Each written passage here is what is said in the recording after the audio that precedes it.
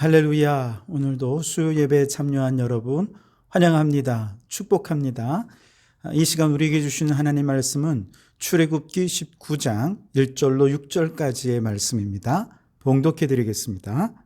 이스라엘 자손이 애굽 땅을 떠난 지 3개월이 되던 날 그들이 시내 광야에 이르니라. 그들이 르비딤을 떠나 시내 광야에 이르러 그 광야의 장막을 치되 이스라엘이 거기 산 앞에 장막을 치니라. 모세가 하나님 앞에 올라가니 여호와께서 산에서 그를 불러 말씀하시되 너는 이같이 야곱의 집에 말하고 이스라엘 자손에게 말하라. 내가 애굽 사람에게 어떻게 행하였음과 내가 어떻게 독수리 날개로 너희를 업어 내게로 인도하였음을 너희가 보았느니라. 세계가 다 내게 속하였나니 너희가 내 말을 잘 듣고 내 언약을 지키면 너희는 모든 민족 중에서 내 소유가 되겠고 너희가 내게 대하여 제사장 나라가 되며 거룩한 백성이 되리라. 너는 이 말을 이스라엘 자손에게 전할지니라. 아멘. 매주 이 시간 우리는 하나님의 선교와 마을 목회라는 주제로 함께 말씀을 나누고 있는데요. 오늘은 6번째 시간으로 출애굽과 선교라는 제목으로 함께 은혜를 나누고자 합니다. 지난 시간에 하나님께서 선교의 동력자로 아브라함을 부르신 이야기를 함께 나누었죠. 하나님께서 아브라함의 복을 주시고 그 이름을 창대하게 해서 먼저 아브라함이 복이 되게 하셨습니다. 그리고 더 나아가서 땅의 모든 족속이 너로 말미암아 복을 얻을 것이다 라고 하는 복을 주시면서 아브라함을 모든 민족, 모든 족속, 모든 열방을 향한 복의 근원으로 삼아 주셨습니다. 그래서 아브라함은 먼저 하나님 안에 복을 누리고 나아가서 그 복을 땅의 모든 민족에게 나누도록 하기 위해 부르셨는데 바로 이것이 선교의 핵심이라는 것이죠. 선교란 내가 복을 받는 것이고 예수 안에서 내가 받은 복을 이웃들에게 나누는 것, 이것이 선교인 것입니다. 하나님께서 오늘날 우리를 그의 백성으로 선택하시고 부르신 목적도 다르지 않습니다. 우리 모든 그리스도인들이 먼저 예수 안에서 구원의 은총을 누리고 이 세상 속에 바벨탑의 저주가 흐르는 모든 곳에 하나님의 복을 흐르게 하는 일, 이것이 하나님께서 우리를 부르신 부름의 목적이다라고 말할 수 있겠습니다. 그런 면에서 우리는 모두가 다 하나님의 선교의 동력자로 부름받은 자들이라 말할 수 있겠습니다. 그러니 여러분, 우리를 부르신 이 선교의 목적을 잘 알고 주님과 이 선교에 함께 동력하는 축복의 통로로 쓰임받는 성도들이 되시기 바랍니다. 이제 오늘 본문은 이제 출애굽기를 통해서 어떻게 이 받은 복을 나누는 선교 사역을 감당할 것인가 하는 것을 함께 이야기를 좀 해보고 싶은데요. 출애굽기 전체를 큰 주제로 한마디로 표현한 구절이 오늘 본문 말씀 19장 4절에서 6절까지 말씀이라고 얘기할 수 있겠습니다. 제가 한번 다시 읽어드리겠습니다. 내가 애굽 사람에게 어떻게 행하였음과 내가 어떻게 독수리 날개로 너희를 업어 내게로 인도하였음을 너희가 보았느니라. 세계가 다 내게 속하였나니 너희가 내 말을 잘 듣고 내 언약을 지키면 너희는 모든 민족 중에서 내 소유가 되겠고 너희가 내게 대하여 제사장 나라가 되며 거룩한 백성이 되리라. 너는 이 말을 이스라엘 자손에게 전할지니라. 자, 이것이 출애굽 전체의 주제인데 이 주제에 대해서는 잠시 후에 살펴보도록 하고요. 왜 이런 이 전체의 이스라엘 그 출애굽의 주제인 이 내용이 오늘 이 주어지었는지 그 배경을 설명하는 것이 1절에서 3절의 내용입니다. 1절에서 3절에 보시면 이스라엘 백성들이 이제 애굽 땅을 출애굽해서 시내 광야에 이르게 되었고 시내 광야 아래 이제 평지에 장막을 치고 머물게 되죠. 그리고 이제 이스라엘 백성들이 점점 큰 민족으로 하나의 나라가 형성되어 가는 과정인데요. 아브라함 한 사람으로부터 시작된 이스라엘은 창세기의 족장 시대를 거치면서 애굽에 들어갔다가 모세를 통해서 출애굽하여 나오면서 이제 본격적으로 한 나라의 형태를 띠게 됩니다. 출애굽하는 과정에서 인구를 조사하고 행진을 위해 인구를 중소 단위로 서로 나누었습니다. 그리고 전체 리더인 모세가 차츰 이 민족의 리더의 역할을 하게 되면서 이스라엘이라고 하는 국가의 형태가 차츰 가꾸어지게 되죠. 바로 이 즈음에 하나님께서 이스라엘 리더인 모세를 신의 산으로 부르시고 하신 말씀이 이제 4절에서 6절 말씀이라는 것이죠. 아브라함 한 사람으로부터 시작된 작은 부족이 국가 단위의 공동체가 되면서 하나님께서는 아브라함에게 나타나신 것처럼 이제는 이 모세를 통해서 온 이스라엘이라고 하는 한 민족, 이들이 가진 정체성, 이들과 하나님과의 관계, 여기에 대해서 설명해 주시는 것이 4절에서 6절까지 내용입니다. 읽은 대로 이 내용은 크게 세 개로 나눌 수 있는데요. 우선 하나님은 어떤 분인가? 둘째는 그 하나님이 이스라엘에게 어떤 일을 행하셨는가? 그리고 셋째는 하나님은 이스라엘 백성들에게 어떤 정체성을 주셨고 그들이 해야 할 역할이 무엇인가라고 하는 내용이 4절에서 6절 사이에 나오는데, 이것이 출애굽기의 가장 중요한 내용이고 사실은 성경 전체에서 하나님께서 반복적으로 이 세 가지를 확인하는 성경 전체의 가장 중요한 내용이기도 합니다. 우선 첫째로 하나님은 어떤 분이신가? 하나님은 창조주 하나님이다 선포하고 있습니다. 오늘 5절 말씀을 보시면 세계가 다 내게 속하였나니 라고 말씀하시죠. 하나님은 자신을 세상을 창조하신 창조주라고 말씀하십니다. 이 모든 세상이 다 창조주이신 하나님의 소유인 것이죠. 하나님은 새로운 상황에서 자신을 소개하실 때면 항상 나는 스스로 존재하는 자고 온 세상의 창조자다. 출애굽기 3장 14절에서 하나님 자신을 그렇게 소개하셨어요. 창세기 1장 1절부터 시작해서 성경 곳곳에서 하나님은 처음 자신을 소개하실 때마다 자신을 창조주로 소개하는 것이 굉장히 중요한 내용이었습니다. 왜냐하면 그분이 창조주가 되시고 우리는 피조물이기 때문입니다. 그래서 모든 피조물은 자신의 창조주를 알고 그 창조주와의 관계 안에서 내가 누구인지, 내 존재의 근원이 어디인지, 내 존재의 목적이 무엇인지를 바로 이 창조주의 관계 속에서 확인할 수 있기 때문에 하나님은 스스로를 창조주로 선포하고 드러내기를 거부하지 않으셨죠. 매우 중요하게 하셨습니다. 출애굽기 전체 흐름은 이제 첫 번째 주제가 바로 하나님께서 창조주시다라고 하는 것을 우리가 잊지 말아야 합니다. 그분은 이스라엘의 창조주이셨을 뿐만 아니라 애굽도 하나님의 창조했죠. 그래서 하나님께서는 바로에게 명령하기도 하시고 바로의 마음을 움직여서 이스라엘 백성들을 때로는 내보내고 싶어 했다가 그렇지 않게 하기도 했다가 마음이 완악해지기도 했다가 또 다시 돌이키기도 했다가, 사실은 이 이면에 다 하나님이 그 마음을 조종하시는 내용이 있거든요.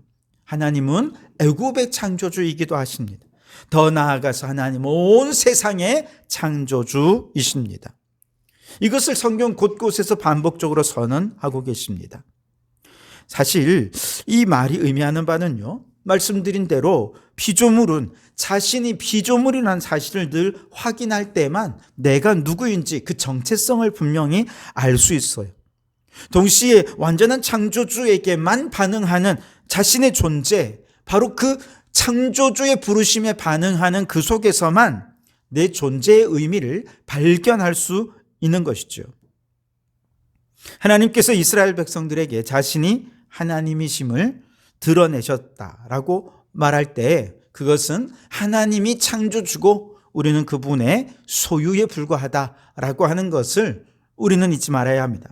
4절에 보시면 하나님께서 애굽 사람들에게 하신 일과 그들을 광야에서 어떻게 보호하시고 먹이고 인도하셨는지 그들이 경험했던 사실들을 다시 떠올리고 기억나게 하면서 이스라엘 백성들에게 말씀하시는 이분이 창조주요 전능하신 하나님이요 이스라엘의 진정한 주인이심을 말씀하고 있는 것이죠. 그렇다면 두 번째로 하나님은 그 백성에게 어떤 일을 행하셨는가? 한마디로 하나님은 그의 백성을 사랑하셨습니다. 창조주로서 하나님 자신이 누구이신지를 드러내신 하나님은 이제 이스라엘 백성들에 대한 이들을 그의 백성으로 삼으시려는 하나님의 의도를 드러내십니다. 5절 후반부에 보시면 이렇게 말씀하십니다. 너희가 내 말을 잘 듣고 내 언약을 지키면 너희는 모든 민족 중에서 내 소유가 되겠고 라고 말씀하십니다. 이스라엘 백성을 하나님의 소유로 삼으시겠다는 것입니다.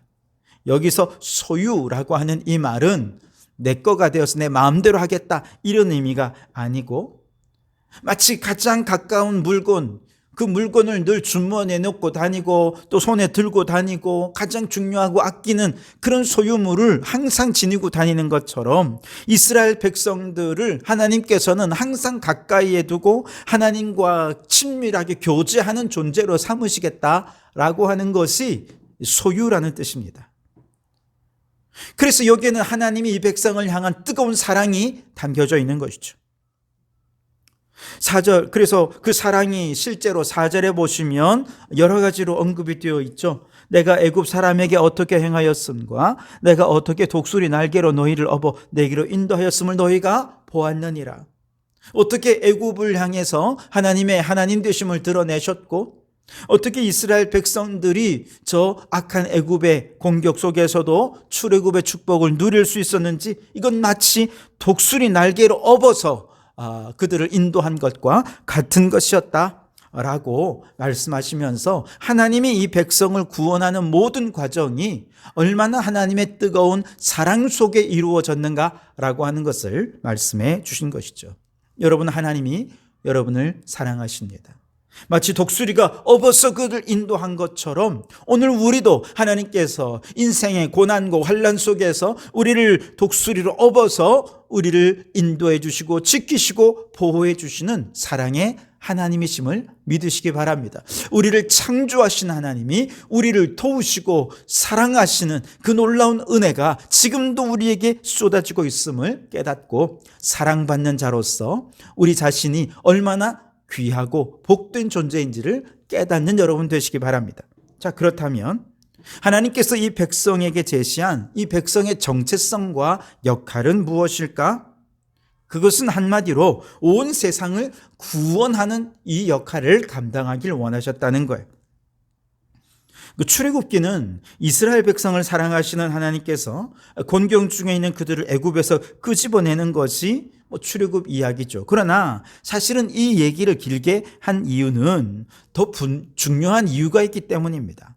하나님께서 이 백성들을 구원해낸 이유는 6절에 나오는데요. 너희는 내게 대하여 제사장 나라가 되며 거룩한 백성이 되리라. 이것이 하나님께서 이스라엘 백성들을 구원하시면서 그의 백성, 그의 소유로 삼으신 목적입니다. 기대하시는 바죠. 하나님의 사랑이 그들 안에만 머물러 있지 말고 하나님의 사랑을 알고 그 사랑을 깨달았다면 이제 제사장 나라가 되어서 이 하나님께로부터 받은 복을 다른 모든 민족들, 모든 열방들이 그 사랑을 누릴 수 있도록 그 복을 나누라는 것입니다. 이것이 하나님께서 이스라엘을 제사장 나라로 삼으시는 이유라는 것이죠. 왜 하나님께서 이스라엘 백성들에게 이런 정체성을 주신 건가? 그것은 하나님의 최종적인 목적이 바로 여기에 있기 때문에 그렇습니다. 출애굽기에 나타난 하나님의 최종적인 목적은 이스라엘 백성들을 구원해서 그들에게 예배와 영광을 받으시는 것, 이것뿐만 아니라 한 걸음 더 나아가서 이제는 하나님의 최종적인 관심은 이스라엘을 넘어서 모든 민족에게 있는 것이죠. 만일 이스라엘 백성을 애굽에서 탈출시키는 것이 하나님의 궁극적인 목적이었다면 사실 출애굽기는 그냥 한 9장쯤에서 끝나도 돼요. 하나님의 첫 번째 재앙이 이제 시작이 되자 바로 왕이 이스라엘 백성들에게 애굽을 떠나라고 허락하지 않습니까? 그러나 곧바로 바로의 마음이 강팍해져서 이스라엘 백성을 떠나지 못하도록 하죠. 이런 일이 계속 10가지 재앙이 이루어질 때까지 반복이 됩니다. 놀라운 사실은 왜 하나님께서 이렇게 그의 마음을 계속 변개하게 하셨느냐 하는 건데요. 그 이유는 바로 출애굽 전체를 통해서 하나님께서 이스라엘을 구원하는 과정에서 이스라엘 백성을 통해서만 하나님이 예배를 받으시는데 목적이 있는 게 아니라 그 모든 과정 속에 하나님은 애굽의 하나님도 된다는 것입니다. 애굽 사람들이 하나님을 여호와인 줄 알게 하기 위함이었다는 것이지요. 그래서 이스라엘 백성들뿐만 아니라 출애굽 과정에서 나타난 하나님의 놀라운 권능과 능력을 바라본 애굽 사람들이 하나님의 권능과 전능하심을 보면서 하나님은 온 천하의 하나님이시다 하는 것을 깨닫고 그들로 하나님을 찬송하게 하기 위함이었다는 것이죠. 실제로 출애굽 당시 이스라엘만 탈출한 것이 아니라 수많은 애굽 사람들과 또 여러 이방 민족들이 함께 출애굽했습니다. 그 이유는 많은 종족들이 이스라엘의 하나님이 참 하나님이란 사실을 깨달았기 때문에 그렇죠. 하나님께서 출애굽 과정에서 10번이나 재앙을 보내는 동안 이렇게 계속해서 시간을 끄신 것은 애굽 주변의 많은 종족들이 하나님이 어떤 분이심을 알아차릴 수 있는 기회를 주기 위함이었다는 것이지요. 이처럼 출애굽 사건 내부 깊이 들어가 보면 하나님의 의도는 이스라엘만의 탈출이 아니라 그 사건을 통해서 온 나라 모든 열방이 하나님을 따르고 예배하도록 하는데 그 목적이 있었다 하는 것을 알게 되는 것이죠. 이스라엘 백성들에게 보여준 이러한 하나님의 목적은 창세기 12장 1절에 3절에서 아브라함에게 보여준 약속과 동일하죠.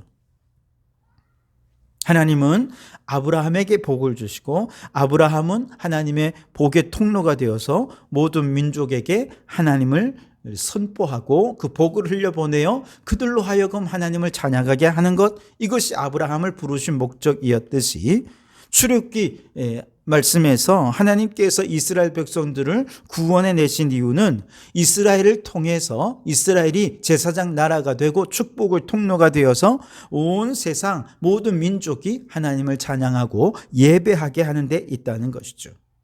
이 말씀을 이스라엘 입장에서, 부름받은 이스라엘 민족의 입장에서 좀 생각을 해보면 사실 하나님께서 이스라엘 백성들을 제사장 나라로 삼으신 이것은 하나님께서 이스라엘 백성들을 하나님의 선교의 동력자로 세우시기 원하시는 목표가 있다는 것이죠. 출애굽기 6장 6절에 보면 하나님께서 이제 모세를 부르실 때 이렇게 말씀을 하십니다. 그러므로 이스라엘 자손에게 말하기를 나는 여호와라. 내가 애굽 사람의 무거운 짐 밑에서 너희를 빼내며 그들의 노역에서 너희를 건지며 편팔과 여러 심판들로서 너희를 속량하며 라고 말씀하십니다. 속량, 구속함, 이것이 바로 제사장 나라로서 이스라엘이 이 세상 모든 나라들에게 나누어 줄 수 있는 최고의 복이었다는 것이죠. 속량이라는 말, 구속함이라는 말은 히브리어로 고엘이라는 단어를 쓰는데요. 이스라엘에는 고엘이라는 제도가 있는데 이건 어떤 사람이 어떤 자신이 그 재산을 잃거나 혹은 여러 가지 어려움이 있을 때 이걸 다시 되돌려 받는 이제 재정적인 거래를 의미하는 것이죠. 돈을 주고 다시 되사는 것이죠. 제3자를 자유롭게 해주기 위해 어떤 사람이 다른 사람들에게 값을 치르는 재정적인 거래, 이것을 고엘이라고 말할 수 있습니다. 예를 들면 이제 우리 친족 가운데 빚을 지고 경제적으로 파산에 빠질 위기에 있습니다.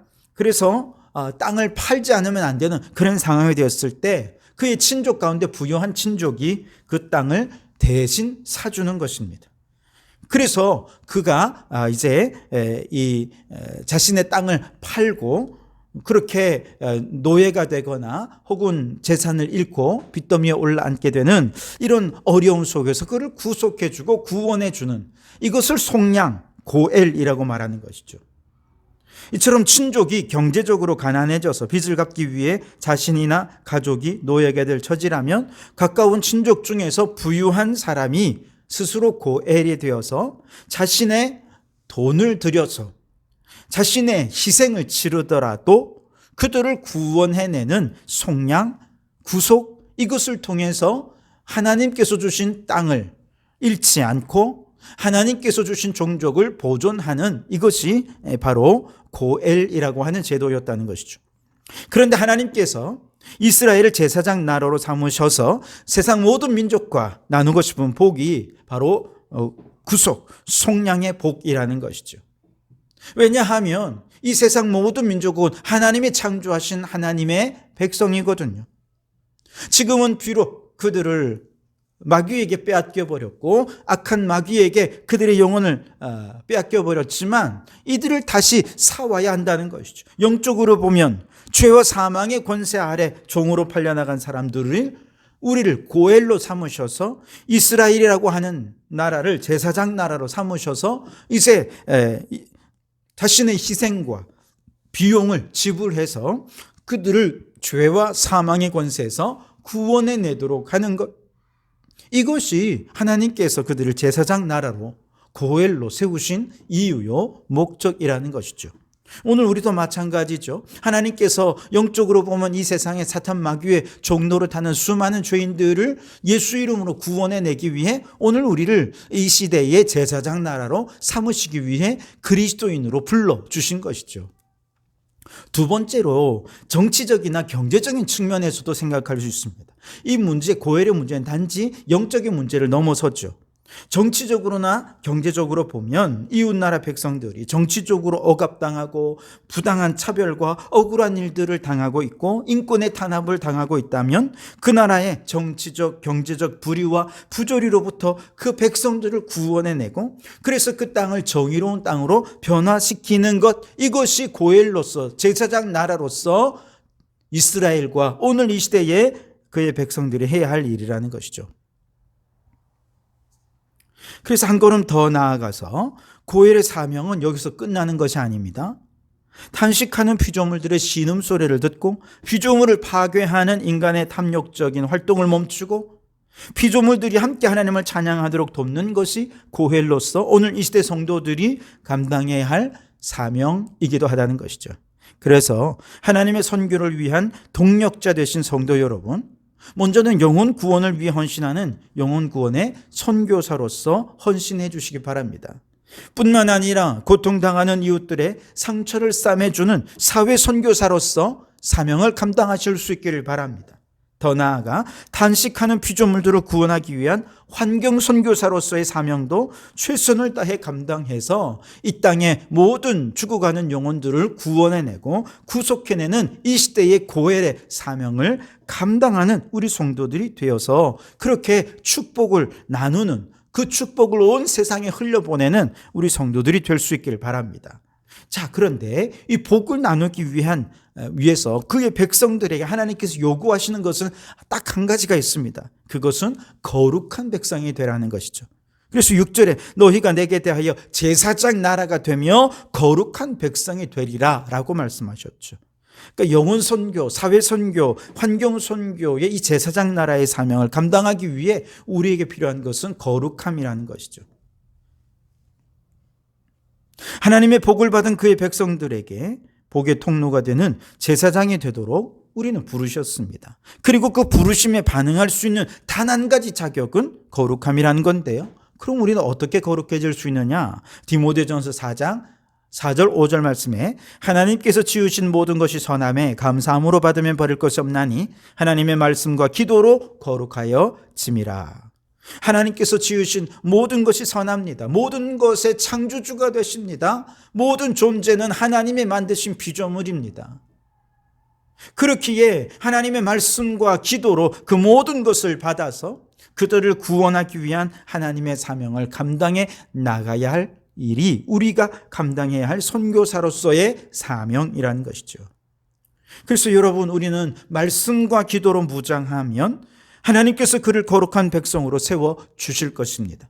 그러한 거룩함으로 무장한 후에 선교사로서 사명을 감당하면 죄인도 원수도 친구로 변하고 어떤 박해와 핍박으로 위협받는다 하더라도 세상이 감당치 못할 자로서 선교를 위해 목숨을 바치는 일꾼으로 쓰임받을 수 있게 될 것입니다. 그러니 여러분, 말씀과 기도로 거룩한 영성으로 살아서 온 세상에 구속의 복을 나누는 선교사로 충성된 일꾼이 되시기 바랍니다. 그래서 구원받은 하나님의 백성들과 함께 하나님을 찬송하며 함께 영광을 돌려드리는 놀라운 구속의 영광이 우리 모든 가운데 일어날 수 있게 되기를 주님의 이름으로 축원합니다.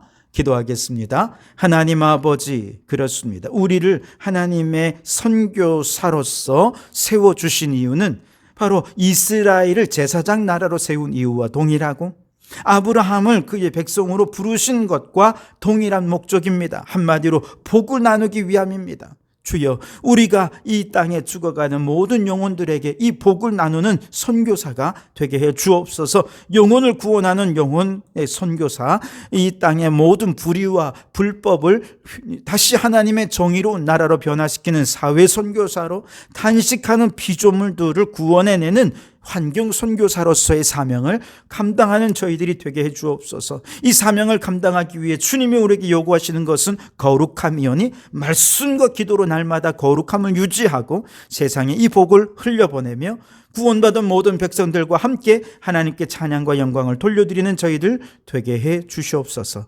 예수님 이름으로 기도하옵나이다. 아멘.